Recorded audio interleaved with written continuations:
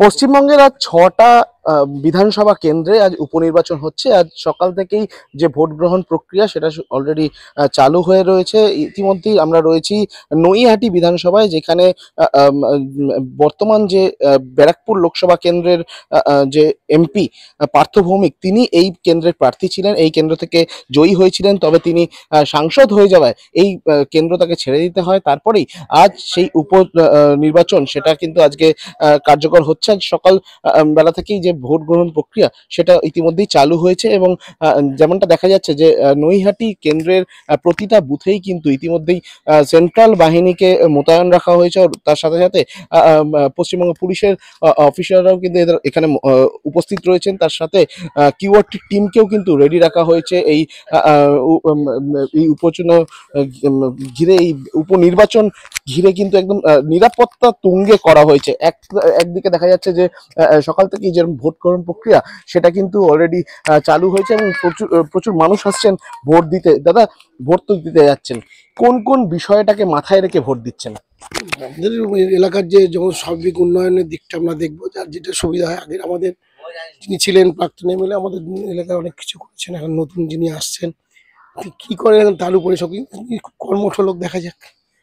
আমাদের আশা তো অনেক কিছুই আছে, আমাদের দেশ এলাকার উন্নয়নটাই আমরা মেনলি টার্গেট করছি। উন্নয়নকে মূলত প্রাধান্য রেখেই আজকে কিন্তু অনেকে ভোট দিতে আসছেন। ম্যাডাম, আপনি তো ভোট দিতে এসছেন, কোন কোন বিষয়টাকে মাথায় রেখে ভোট দেবেন? এলাকার উন্নয়ন আর কি কি বিষয় থাকছে আপনাদের মাথায়?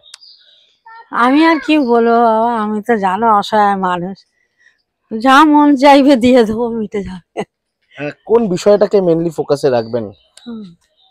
আমাদের জানি উনি আমাদের উপকার করবে, এটাই জানি, আর কিছু না। মহিলাদের নিরাপত্তা, হ্যাঁ। এটা কি একটা বড় বিষয় হতে চলেছে আজকের এই নির্বাচনে? হ্যাঁ হ্যাঁ হ্যাঁ, হচ্ছে।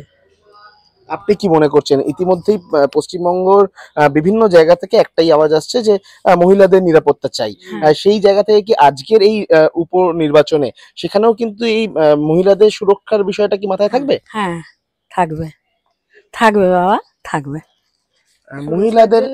মহিলাদের সুরক্ষা একটা কিন্তু বড় বিষয় হতে চলেছে আজকের এই উপনির্বাচন। 6টি জায়গাতে আজকে এই উপনির্বাচন হচ্ছে, যেখানে ব্যারাকপুরের নৈহাটি, মাদিরহাট, তার সাথে সাথে হারোয়া সহ নর্থ বেঙ্গলের 2টো জায়গাতে, আলিপুরদুয়ারের একটি কেন্দ্র আর কোচবিহারের সিতাই কেন্দ্রতে কিন্তু উপনির্বাচন হচ্ছে। এরকম 6টি জায়গায় উপনির্বাচন কিন্তু সকাল থেকেই শুরু হয়েছে, এবং ভোট গ্রহণ প্রক্রিয়াও কিন্তু চলছে। ইতিমধ্যেই সকাল 9টা পর্যন্ত, যেটা ইলেকশন কমিশনের তরফ থেকে জানানো হয়েছে, 14% ওপরে ভোট গ্রহণ প্রক্রিয়া কিন্তু সম্পন্ন হয়েছে। অর্থাৎ বাই ইলেকশনে যেমনটা দেখা যায় যে অধিকাংশ ক্ষেত্রেই যে পোলিং পার্সেন্টেজ এটা কিন্তু অনেকটাই ভ্যারি করে, অনেকটাই কম হয়। সেক্ষেত্রে কিন্তু সকাল 9টা পর্যন্ত 14% ভোট পড়া একটা কিন্তু আশার আলো মানুষ দেখতে পাচ্ছে, এবং সেই আশার আলো নিয়েই বেশ কিছু ইচ্ছা, বেশ কিছু আগামী দিনের স্বপ্ন নিয়ে কিন্তু তারা ভোট দিতে আসছে। এবং